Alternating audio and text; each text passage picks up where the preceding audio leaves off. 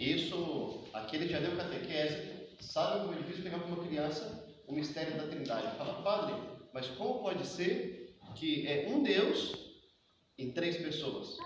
Porque o modo que nós conhecemos tudo é sempre uma pessoa e um indivíduo. Eu não tenho duas pessoas dentro de mim. Tudo que nós conhecemos é sempre uma pessoa só. E Deus não. Deus é um em três pessoas. Então, para nós, é um mistério muito grande. A primeira coisa nisso, quando se fala de um mistério, nós temos que ter consciência de duas coisas. Primeiro, eu tenho que desejar aprofundar o máximo que eu posso nisso, conhecer o máximo que eu possa. Então, um grande desejo de entender. Por outro lado, uma grande humildade de saber que eu nunca vou compreender todo esse mistério, porque ultrapassa a nossa capacidade. Um dia, quando nós vivendo aqui de acordo com a vontade de Deus e podendo chegar no céu, vamos entender muito do que é a Trindade. Mas nessa vida, nós temos que saber que não compreenderemos tudo, mas é preciso que eu chegue até o máximo que eu possa, que eu deseje compreender o que é a Trindade. Nós sabemos que já no Antigo Testamento, Deus não se revelou como sendo trino, como sendo três pessoas, porque o povo de Israel não compreenderia isso. Não seria capaz de entender, porque todos os povos vizinhos a ele eram povos politeístas, eles adoravam vários deuses, para cada coisa tinha um Deus. Se Deus agora viesse e falasse que ele era um Deus em três pessoas, eles iriam querer adorar com três deuses diferentes, e não como sendo um Deus. Então Deus sempre se revelou como Deus único. Na medida que Deus foi avançando ao longo da história da salvação, ele vai cada vez mais aprofundando esse mistério. Na medida que o povo de Israel tomou consciência de que era um só Deus, já não caiu mais na tentação de ter outros deuses, chega a plenitude dos tempos, que fala São Paulo, onde ele envia o Verbo encarnado, envia Cristo, e é da boca do próprio Cristo que nós conhecemos a Trindade. Em vários momentos, no batismo de Cristo, aparece a Trindade, o Filho que é batizado, o Espírito Santo que aparece em forma de pomba, não sendo uma pomba, mas em forma de pomba, e a voz do Pai, que fala, eis meu Filho amado, no qual eu ponho o meu bem-querer, todo o meu agrado. Então aí está revelada a Trindade.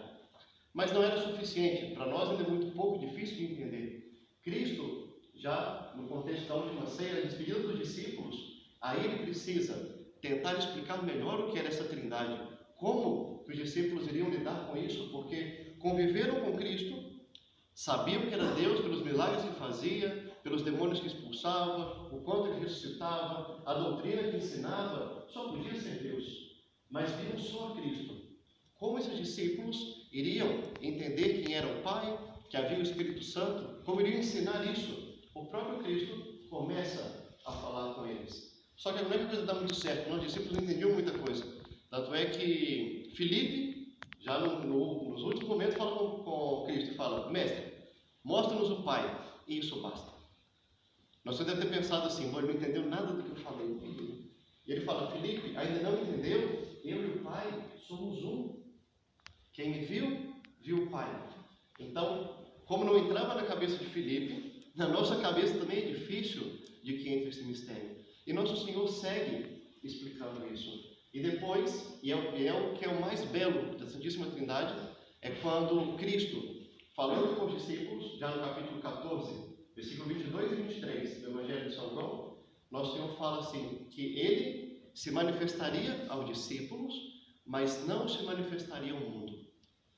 E aí Judas, que não era Iscariotes, pergunta para Cristo, mas Senhor, por que te manifestas a nós e não se manifesta ao mundo? Por quê? E nosso Senhor responde que aquele que me ama, guarda os meus mandamentos. Meu Pai o amará, e nós viremos a ele e faremos a nossa morada. É o mais impressionante da Santíssima Trindade. Aqui, Cristo já havia falado do Paráclito, que ele iria ao Pai, mas enviaria um Consolador. Então ele já revelava também o Espírito Santo, que revelaria todas as coisas. E quando ele fala que o Pai o amará, e nós viremos e faremos nele a nossa morada, ele está falando do Pai, Filho e do Espírito Santo. A igreja ensina isso como inabitação trinitária. O que quer dizer isso? Inabitação quer dizer a habitação, ser uma casa, e é ter a Trindade morando dentro de nós. Nós vimos na primeira leitura, Moisés, quando viu o vulto da face de Deus, ele se aterroriza e suplica, fala: Senhor, caminha no meio de nós, nos conduza. Imagina que o povo de Israel, quando o nosso Senhor descia ao monte, ele viu a nuvem sobre o monte, ele suplicava a Moisés: Moisés, fala-nos nós, não nos fale ele, porque vamos morrer. Eles tinham um pavor de Deus, de ver a face. Imagina nós que temos Deus morando em nossa alma. Não é ver a face de Deus, não é Deus como caminhava com Adão e Eva lá no paraíso, antes do pecado original. Nosso Deus aparecia, caminhava junto com eles. Não temos um Deus que caminha conosco, nós temos um Deus que mora dentro de nós. É muito mais do que isso. E nós precisamos tomar consciência disso. Então, muito mais do que é importante entender que são três pessoas diferentes, quem é o Pai, quem é o Filho, quem é o Espírito Santo. Só que muito mais do que isso, é preciso entender que esse Deus mora dentro de mim. Mora, habita na minha casa, como eu moro aqui no seminário, como Cristo na Eucaristia mora aqui nessa capela. Isso aqui passa a ser a casa dele, que tem que ser cuidado de um modo diferente, com um zelo diferente, coisas que não se pode ter aqui porque é uma capela, comportamentos que eu não posso ter aqui porque é uma capela. É a casa de Deus. Então a pessoa bagunçando aqui, qualquer um de vocês vai falar: olha, aqui é a casa de Deus, aqui não se pode fazer assim. Nós somos muito mais casa de Deus do que essa igreja. Essa igreja, esse templo de concreto aqui, ele se chama templo por causa da minha alma. Eu sou mais templo do que esse aqui. Cada um de vocês tem mais dignidade do que essa igreja. A Trindade escolheu habitar dentro de nós. E esse mistério eu gostaria que nós entendêssemos no dia de hoje. E como eu disse, entender na medida que eu posso. Me esforçar o máximo que eu posso e receber aquilo que Deus permite, que nós sejamos iluminados para entender também. Houve uma Santa Elizabeth da Trindade. Ela é uma daquelas, ao menos do que eu conheço, é uma das que mais pôde aprofundar nesse mistério. E um dia ela ouviu falar disso, de que a Trindade habitava na alma dela. Mas como entender uma coisa dessa? Como que um Deus pode morar dentro de mim? É impossível de entender. Ela procura o padre e pergunta ao padre, que não entendeu o que estava acontecendo. E o padre explica isso para ela, começa a explicar. E por uma graça especial de Deus, ela compreendeu o que era a Trindade, o que era a inabitação trinitária. Caiu a ficha. Eu tenho um Deus que mora dentro de mim. E ela mesma conta, e de um modo até engraçado, que o padre seguia explicando, e ela já não queria que o padre falasse mais, porque agora o padre estava atrapalhando ela, porque agora ela queria falar com Deus que estava dentro dela. Ela já não queria mais ouvir ninguém que estava fora, porque entre falar com o padre e falar com Deus que habita na minha alma, eu prefiro falar com Deus que habita na minha alma. Então assim ela entendeu, e pequena ainda. E assim, ela daí em diante, ela começou a viver, a querer aprofundar nesse mistério, de crescer na intimidade com essa Trindade que habita em mim. Porque nós falamos que Deus é uma pessoa, não é assim? Um Deus em três pessoas. Uma pessoa só cresce em intimidade com a outra se elas convivem. Se elas conversam, se eu penso nela, se eu dou atenção, se eu recorro a ela, isso aumenta a intimidade entre duas pessoas. Se não tem um conhecimento, se eu não paro para ouvir a pessoa, se eu não falo com essa pessoa, a intimidade nunca vai crescer. Eu posso viver 20 anos com uma pessoa e não saber nada dela. E acontece muito isso hoje. Casais que não se conhecem, famílias em casa que não se conhecem, o pai não conhece o filho não conhece o pai, porque não senta, não conversa, não convive. Então, morar junto não quer dizer que necessariamente vai nascer uma intimidade disso. Eu posso ter 70 anos de idade e 70 anos com Deus morando na minha alma, e eu posso nunca ter dirigido a minha palavra a Ele. Nunca ter falado com esse Deus que mora em mim. Como eu posso receber um hóspede na minha casa e posso nunca olhar para ele. Encontro com ele no corredor, vou num quarto, sento na mesa, nem olho na cara dele, como, volto, levanto. Ah, está 2 anos na minha casa, já falou com ele? Não. Então você é íntimo dele? Não. Mas 2 anos que eu não convivo, eu nunca parei para falar com ele. Na nossa alma acontece a mesma coisa. Então, Santo Itamar da Trindade entendeu isso. Esse Deus habita na minha alma. Eu preciso conversar, dar atenção a esse Deus. Tanto é que depois que ela entra para o convento, ela entrou tarde. A mãe dela só permitiu entrar aos 21 anos. Ela falece aos 26. Mas com 21 ela entra e aí ela recebe esse nome de Elizabeth da Trindade. Porque ela tinha esse amor à Santíssima Trindade. E ela fala que ela seria o louvor da Trindade, a glória da Trindade, ela queria ser. Então, de tal modo que a vida dela aqui nessa terra pudesse ser agradável à Trindade.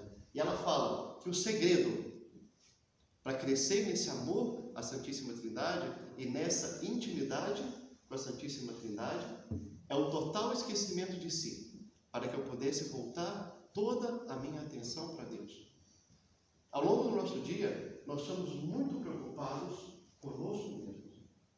Eu tenho que me preocupar comigo, sem dúvida que eu tenho, mas não a ponto de que eu esqueça esse Deus que mora dentro de mim.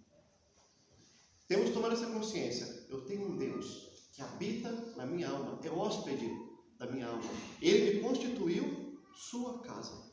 Moisés aqui falava: Senhor, caminha conosco, queremos ser sua propriedade. Eu posso ter uma propriedade, eu posso ter um terreno, eu posso ter um campo, uma plantação. É minha propriedade, não é? É minha casa. Eu moro ali. Eu amo isso como eu amo minha casa? Não. Eu não cuido de um terreno como eu cuido da minha casa. Então, é muito diferente do que se vivia no Antigo Testamento. É muito diferente do que vivia Adão e Eva. Imagina, antes do pecado original, na justiça original, eles não tinham a intimidade que nós podemos ter hoje. Então, precisamos tomar essa consciência. Um Deus habita na minha alma. E Ele habita na minha alma para quê? Para poder estar próximo de mim e para que eu tenha intimidade com Ele. Então, a primeira coisa que nós temos que entender: Ele constituiu a minha alma sua morada. Através do batismo. Antes do batismo, somos propriedade. Pertencemos, sou dele. Sou imagem e semelhança, sou tudo. Mas eu não sou a sua casa ainda. Quando uma pessoa é batizada, aí Deus fala: agora isso aqui é a minha casa. Agora eu escolho essa alma para morar nela. O que isso traz de consequência para nós? E 2 consequências eu quero simplesmente falar, que são atitudes que nós temos que ter, que vão provar se de fato eu amo a Deus ou não amo. Já sabemos que Ele nos escolheu como morada sua, que Ele habita na minha alma e que eu tenho que ter uma intimidade com Ele. Isso já ficou claro. Agora, 2 consequências práticas isso traz para a nossa vida. A primeira coisa: Deus me constituiu sua casa, sua morada. E só existe uma coisa nesse mundo que pode tirá-lo da minha alma. E se eu amo a Deus de verdade, e se Ele é um hóspede agradável a mim, eu tenho que fazer de tudo para que eu não o retire da minha alma. Só uma coisa nesse mundo pode tirar a Trindade da minha alma: é o pecado mortal.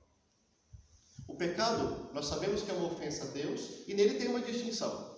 Tem um pecado venial, que é um pecado leve, que é uma ofensa a Deus, mas ele não tirou a graça da minha alma. Não foi uma ofensa grave. Deus, com o pecado venial, apesar de ofendido, mas ele continua morando na minha alma. E o pecado venial, eu consigo perdão dele fazendo um ato de contrição, no ato penitencial da Santa Missa. São os pecados que se costuma dizer que são pecados do dia a dia. Pecados que nós cometemos, infelizmente, com maior frequência, e somos tentados também com grande frequência. Um pecado de impaciência, um mau comentário que eu fiz, uma pequena reclamação, uma preguiça pequena que eu cedi, uma oração minha do dia que eu acabei não fazendo. São pecados veniais.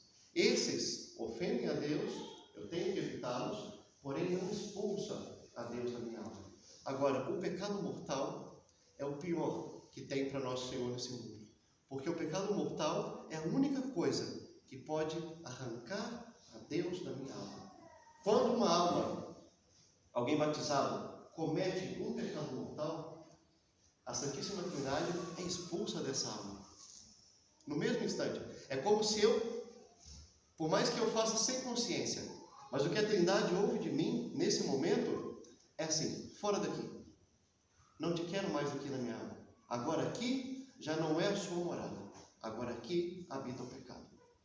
Deus vê que eu troquei ele pelo pecado, o expulso da minha alma, e agora habita o pecado. É uma traição para com Deus. Pelo Antigo Testamento, chamava o pecado de adultério. Era nesse sentido, porque o adultério é o quê? Eu deixo a minha esposa, rejeito a minha esposa e estou com uma outra pessoa. Então, por isso um adultério. Quando nós pecamos mortalmente, Deus é expulso da minha alma. É como dizer: fora, não te quero mais aqui. Agora não, agora aqui o pecado. Essa alma, além de estar morta, por isso o pecado mortal, porque ela perdeu a vida dela, perdeu a graça, agora essa casa está desabitada. É o mesmo que a pessoa entrar aqui, arrancar o Santíssimo Sacramento daqui e jogá-lo fora. E começar a tirar as imagens e fazer outra coisa aqui. Já não é mais uma igreja. Agora aqui vou fazer uma oficina mecânica. E nenhuma coisa, imagina, é absurdo? É, mas eu não respeitei a dedicação desse templo, que é ser casa de Deus. Na minha alma, quando eu expulso a Trindade, é isso também. Agora aqui não vai ser mais templo da Trindade, agora aqui é um antro do pecado. Então isso agora eu tenho na minha alma. E a Trindade é expulsa. Esse hóspede que me ama, esse Deus que me criou, que por amor enviou o seu Filho, esse Filho que morre na cruz, que vai até o céu, me envia o Espírito Santo que me ensina todas as coisas, eu simplesmente expulso, por um prazer momentâneo, por uma vontade minha. Então nós temos de todos os modos evitar o pecado mortal, conhecer o que é o pecado, a malícia que é o pecado e o prejuízo que me traz também. O pior do pecado mortal é ofender a Deus. Por isso nosso Senhor falou que não se manifestaria o mundo, porque o mundo não se importa com o pecado. E o mundo que ele fala não é o planeta Terra, não é o globo terrestre, não é o universo. O mundo é como se fosse um espírito, uma atmosfera, um ar que rejeita a Deus. Então, se eu me deixo contaminar por isso, com critérios do mundo, por exemplo, o mundo ensina que o fim de semana é o weekend, é passeio, é lazer, é descanso, e não aceita que o domingo é o dia do Senhor, que eu tenho que participar de uma Santa Missa. Isso é o mundo. E o mundo faz o que comigo, se eu me deixo levar por isso? Chega o domingo e eu não vou à Santa Missa de domingo. Por quê? Por outra coisa qualquer. Nosso Senhor não se manifesta ao mundo. Faltar a missa de um domingo, sem um motivo justo, é um pecado mortal. Deus está expulso da minha alma. Por uma missa de domingo que eu não fui. No tempo da pandemia, sabe, completamente diferente. Eu estou impedido de ir à Santa Missa, a não ser que o Padre Júlio deixe eu participar. Mas eu estou impedido de ir à missa, não posso ir. Então, eu não peco por isso, porque eu realmente estou impedido. Mas eu posso dedicar um tempo do meu dia, assistir a live de uma missa transmitida. Estou dedicando meu tempo àquilo. Eu entendo, domingo é o dia do Senhor. O mundo se abre aos prazeres da carne, à vontade. Pelas redes sociais que tem hoje, imagina. Isso é o mundo. Um pecado da carne, um pecado de impureza, eu expulso a Deus da minha alma. Por isso nosso Senhor fala a Judas, não me manifestarei ao mundo. Por quê? Por quê, Senhor? Ele fala, aquele que me ama, guarda meus mandamentos, meu Pai o ama, e nós viremos e faremos dele a nossa morada. Por isso, temos que evitar todo o pecado. Primeiro nós temos que fazer, então, é o que nosso Senhor disse, guardar os seus mandamentos. Quem me ama, guarda os seus mandamentos. Agora, alguém tem um hóspede na casa, e por algum motivo, acabei expulsando esse hóspede da minha casa. Eu me arrependo. O que eu faço imediatamente? Eu corro atrás dele e chamo de volta, não é assim? Falo, desculpa, eu não faço mais. Volta. Fica aqui em casa. Um hóspede normal na minha casa. Eu faço assim. Com a Trindade, se por desgraça eu expulsei da minha alma, o que eu preciso fazer é buscar a confissão. A confissão, mais do que perdoar o pecado, é esse convite que eu falo para a Trindade: volta a habitar aqui. Eu fiz errado. Eu sou o templo, eu reconheço, eu sou o seu templo. Eu sou sua morada. Volta para a minha alma. Habita de novo na minha alma. E a Trindade tira aquele pecado que ela alcançou, esse perdão na cruz, através da entrega de Cristo, e ele volta a habitar na minha alma. Se amanhã eu volto a expulsar, e amanhã eu me confesso, amanhã ele volta. E aquele que realmente ama alguém, se por falta de controle perdi minha cabeça, expulsei, se eu amo de verdade, eu sempre vou chamar de volta. E essa alma não se preocupa se a igreja me ensina a confissão uma vez por ano. A confissão, uma vez por ano, o que a igreja pede? Que, por favor, pelo menos uma vez ao ano, traga a Trindade de volta para a sua alma. Que ao menos na Páscoa, a Trindade esteja habitando em mim e eu possa receber a Cristo no sacramento da Eucaristia sem ofendê-lo com um sacrilégio. É a igreja zelando para que pelo menos uma vez por ano isso aconteça. Mas ela não manda que só se possa confessar uma vez ao ano. A alma que ama a Trindade e quer Ele habitando em si, assim que comete um pecado mortal, ele procura um sacerdote. E se é difícil encontrar um sacerdote que atenda a confissão, porque às vezes acontece de ser difícil de encontrar, aí eu vou ver o tamanho do amor que eu tenho. Se eu expulsei o hóspede da minha casa, expulsei. E ele está ali na esquina ainda, está perto do campinho aqui em cima. Eu corro e chamo. Agora, ele fala: não, ele jogou na frente de Suzana, agora deixa, eu não vou chamar mais. Vai manifestando o tamanho do meu amor. Se eu amo de verdade, eu vou até o centro de Suzana, porque eu quero essa pessoa de volta. Eu sei que ofendi, eu estou errado, e estou disposto a tudo por ela. Então eu vou atrás. Ah não, essa pessoa já está lá em Mogi, não vou mais. Aquele que ama, vai e ele busca, ele traz de volta. Então, esse padre aqui não me atendeu? Não.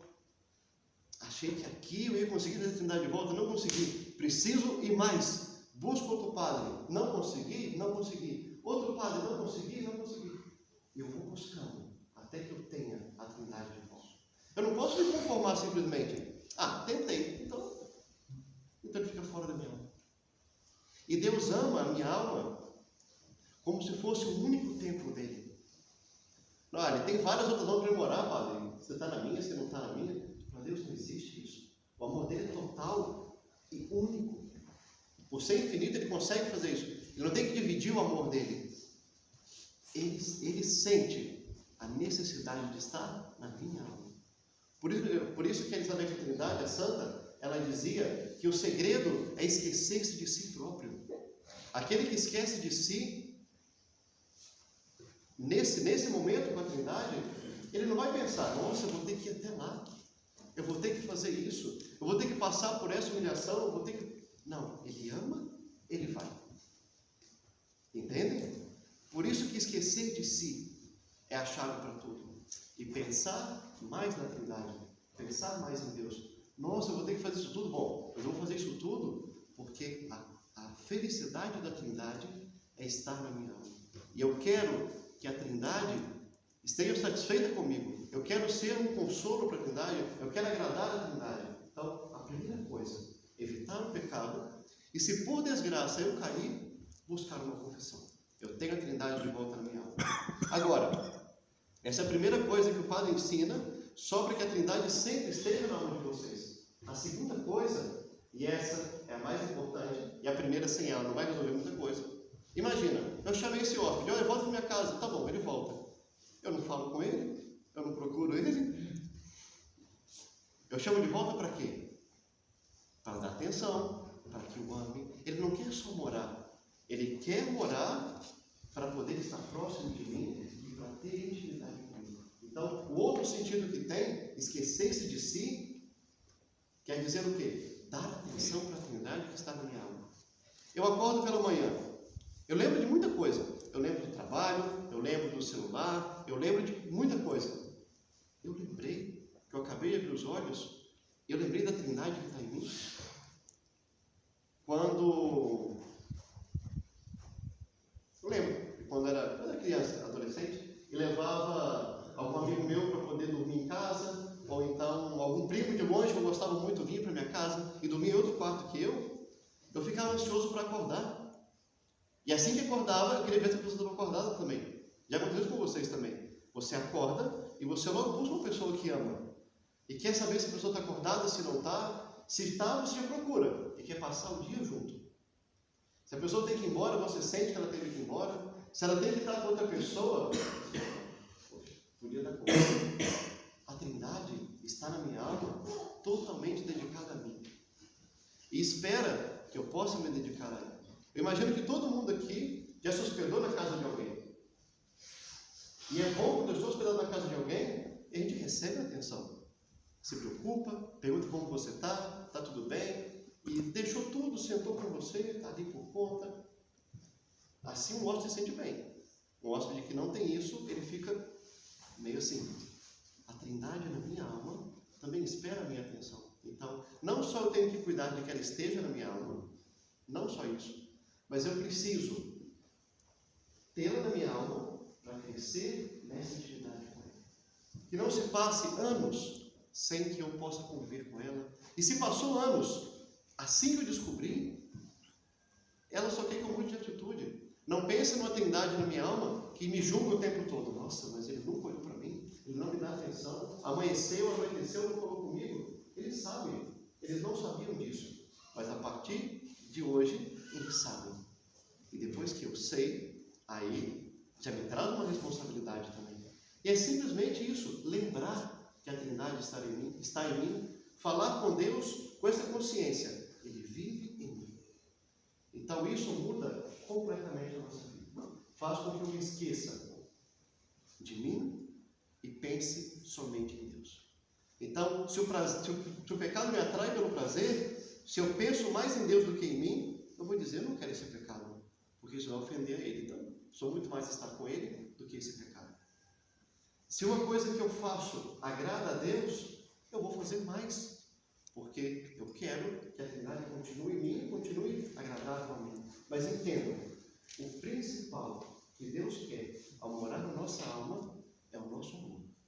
É a intimidade, é o convívio com eles. Vamos pedir hoje a Nossa Senhora e também a Santa Elizabeth da Trindade que nos alcance essa graça, de que possamos realmente entender o mistério de amor que é essa Trindade que nós celebramos hoje, morando em nossa alma. E que elas também nos ajudem a crescer nessa intimidade, para que assim, cada dia mais, possamos levar uma vida mais agradável e mais conforme a vontade de Deus. Louvado seja nosso Senhor Jesus Cristo. Para sempre seja louvado.